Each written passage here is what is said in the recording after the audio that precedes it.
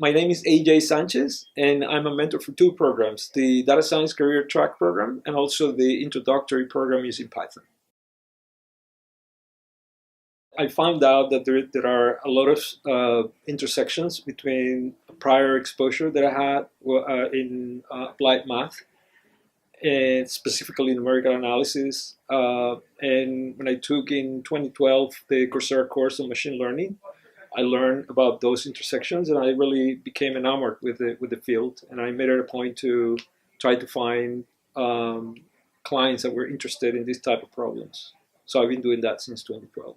But before that, I was an independent software engineer. Want to have a deep understanding of all the theoretical background associated with data science. It's a combination of computer science, programming, statistics, math. Also, to be able to understand the business problem and to translate that business problem into a solution that can later be inserted back into the workflow of the business to make a difference in the business. Stay curious.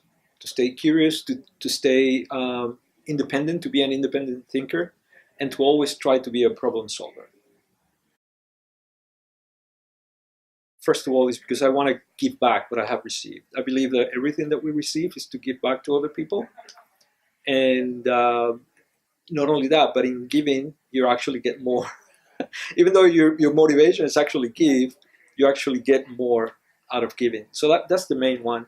The second one is because also through this experience, I can actually grow professionally as well, because we get to work with various professionals that have a very high level, not only on motivation, but also educationally speaking. So the projects that we end up developing actually help me also to see different applications of data science in real life.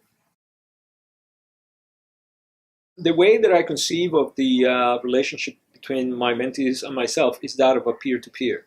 So these are two professionals that are collaborating in solving problems. And then what I try to do is to drive the different projects that they have to develop, both the mini projects and also the capstone projects, in such a way that they look as much as possible as real life problems. The way that I motivate them when they are feeling down or they're stuck is first of all trying to understand what's the road blocker, right? And then depending on the road blocker, try to propose strategies to kind of move away from it, right? So I don't know why it's coming back. One children's song that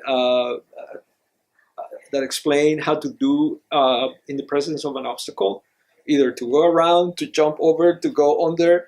So it depends on the situation. So for instance, if they're stuck because they have issues with programming, then what I try to do is to try to propose another problem that I know that's going to be a little bit easier. So it's going to give them a little bit more of a motivation to continue in the direction of problems that are more complex instead of being stuck in this particular problem.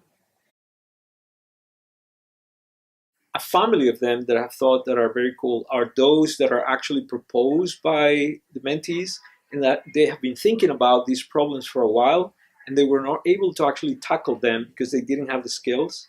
And then after they pick up these skills in data science, they see themselves actually being able to tackle the problem. So in particular, I'm thinking about sports analytics. So I have had actually quite a few of my mentees who are like dire fans of a sport, and then they have been thinking about these problems, and then they actually got the opportunity to develop it after picking up the data science skills. So all of them were really, really good because it's a combination of the passion that you have for the sport and the knowledge of it too, and the application of data science skills to actually solve a very realistic and also practical problem.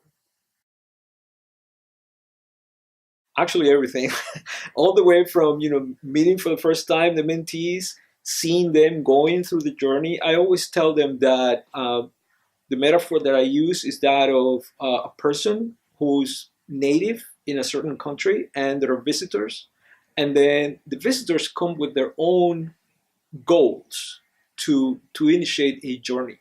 And then I'm there with them to help them through the journey. Maybe in some cases I would tell them, don't go in that direction. Maybe you want to consider this, but nonetheless, it is their journey. And then my role is to be there with them all the way through. I enjoy being with my family, reading, walking, taking pictures of flowers as I walk, and also programming actually.